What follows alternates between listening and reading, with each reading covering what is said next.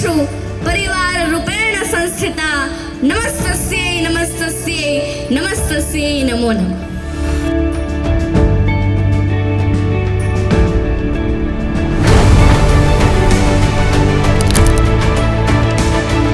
એક પથ્થરમાંથી બનતા શિલ્પને આદર મળે, એક પથ્થરમાંથી બનતા શિલ્પને આદર મળે, જો મઢારો જિંદગીને તો કંઈક નક્કર મળે।